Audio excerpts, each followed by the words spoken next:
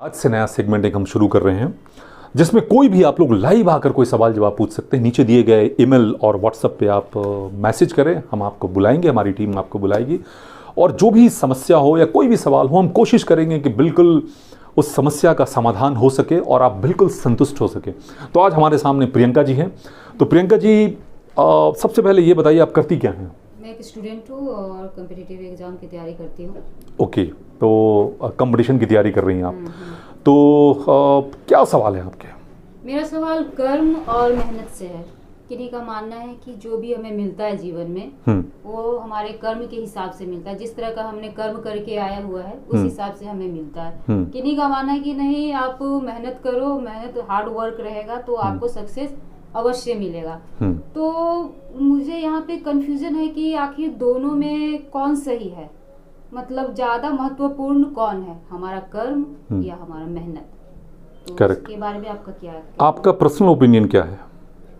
मैं कंफ्यूज हूँ, इसलिए तो ये मेरा प्रश्न है ना आपके समक्ष। ओके, तो आप ये जानना चाहती हैं कि किसी के ज़िंदगी में कर्म इम्पॉर्टेंट है या मेहनत है?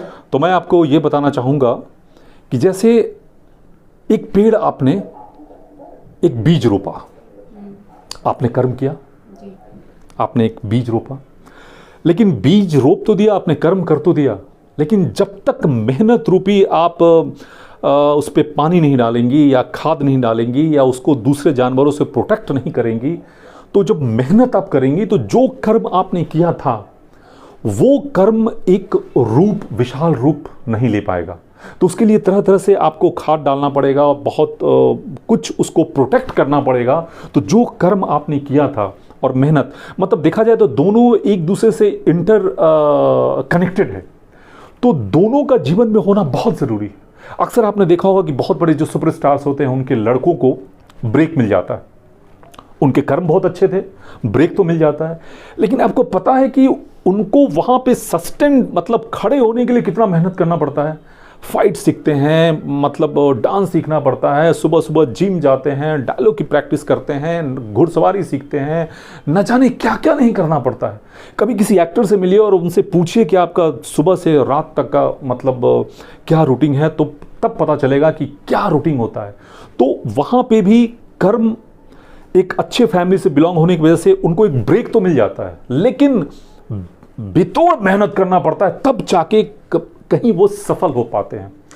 ठीक और भी कई सारा उदाहरण हम चाहें तो ले सकते हैं। जैसे मैंने पेड़ का उदाहरण लिया, इसका लिया, या मान लीजिए जैसे कि आप समझ पा रही हैं ना मैं क्या कह रहा हूँ? ठीक है। तीसरा एक और उदाहरण देता हूँ। जैसे आप ले लें सचिन तेंदुलकर जी को, या आप रांची का बहुत बेहतरीन प्लेयर हैं धोनी जी को ले लें आप। इनके कर्म अच्छे थे तो सिलेक्शन तो हो गया।